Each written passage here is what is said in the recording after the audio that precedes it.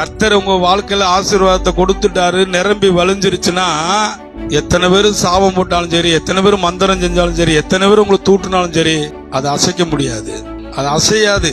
காரணம்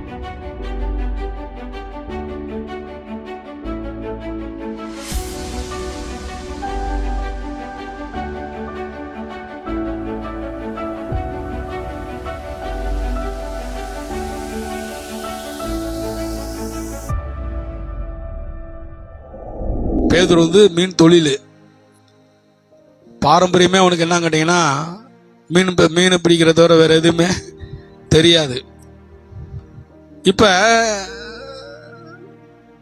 மீன் பிடிக்க நைட்ல தான் போவாங்க. நைட்ல தான் மீன் அகப்படும் வலையில. பகல்ல மீன் என்ன பண்ணாது, வலையில சிக்காது, பகல்ல பிடிக்க முடியாது. நைட்ல வலை போடுவாங்க, காலைல எடுத்துட்டு வருவாங்க. பகல்ல மீன் வலையில என்ன பண்ணாது, சிக்காது.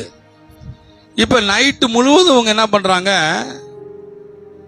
மீன் பிடிக்க போறாங்க, மீன் அகப்படல.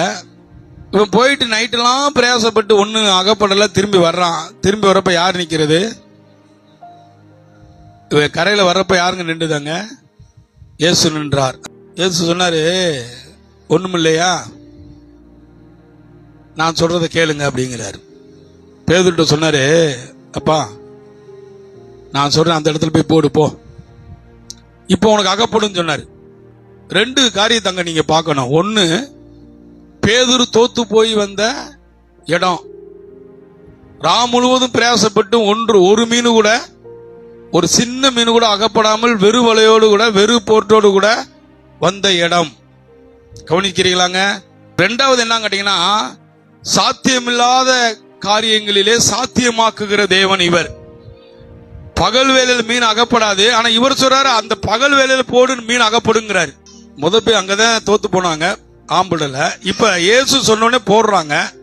போட்ட உடனே என்னாச்சு, கொஞ்சம் நஞ்சம் இல்லைங்க, சொல்லுங்க, திரளான மீன், சொல்லுங்க, திரளான மீன்கள், சொல்லுங்க, திரளான மீன்கள். உங்களை திரளா மணல தனையாக திரளாக உங்களை என்ன பண்ணுவேன், பெருக பண்ணுன்னு கர்த்தர் சொன்னாரு. அல்லேலூயா. கர்த்தர் எதுவுமே திரளாதான் செய்வார். வெத்து படக கொடுத்தாங்க அவர் கையில.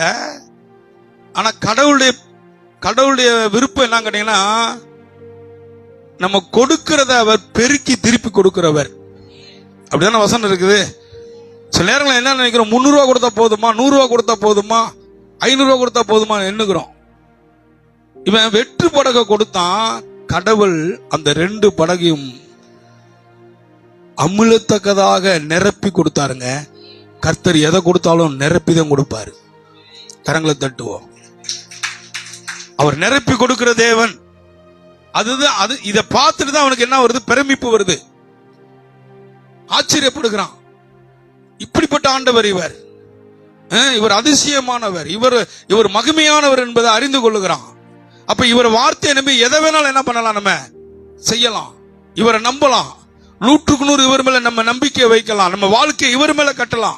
நம்ம குடும்பங்களை, நம்முடைய வேலைகளை, நம்முடைய பிசினஸ், நம்முடைய எல்லா எதிர்காலங்களையும் இவர் மேல கட்டலாம். ஏன்னா இவர் சொன்ன ஆகுது, இவர் சொன்னா நடக்குது. இவர் சொன்னாரு போடுங்கள் என்று சொன்னார், போட்டோம், நிரம்பி வழியுது. வெற்று படக கையில கொடுத்தோம், அவர் நிரப்பி கொடுத்துட்டாரு திருப்பி. ஆமே. சில நேரம் நம்ம சரண்டர் ஆயிரம் அவர் பாதத்துல. நான் வெறுமையாண்டவரே, வெறுமையா வந்திருக்கிற ஆண்டவரே, நான் ஒண்ணுமில்ல ஆண்டவரே, உங்களுடைய பாதத்துல ஒப்பு கொடுக்கிறேன் ஆண்டவரே, உங்க பாதம் தான் என் வாழ்க்கை ஆண்டவரே என்று ஒரு பாதத்துல நம்ம வெறுமையா ஒப்பு கொடுத்துட்டோம்னா கர்த்தர் நம்மளை நிரப்பி நடத்துவாருங்க, நிறைவா நடத்துவார். கரங்களை உற்சாகமா தட்டுவோம். கர்த்தர் உங்க வாழ்க்கையில ஆசீர்வாதத்தை கொடுத்துட்டாரு, நிரம்பி வழிஞ்சிருச்சுன்னா எத்தனை பேர் சாபம் போட்டாலும் சரி, எத்தனை பேர் மந்திரம் செஞ்சாலும் சரி, எத்தனை பேர் உங்களை தூட்டினாலும் சரி, அதை அசைக்க முடியாது, அது அசையாது. காரணம் அது கர்த்தருடைய ஆசீர்வாதம். சொல்லுங்க, கர்த்தருடைய ஆசீர்வாதம். ஆமே.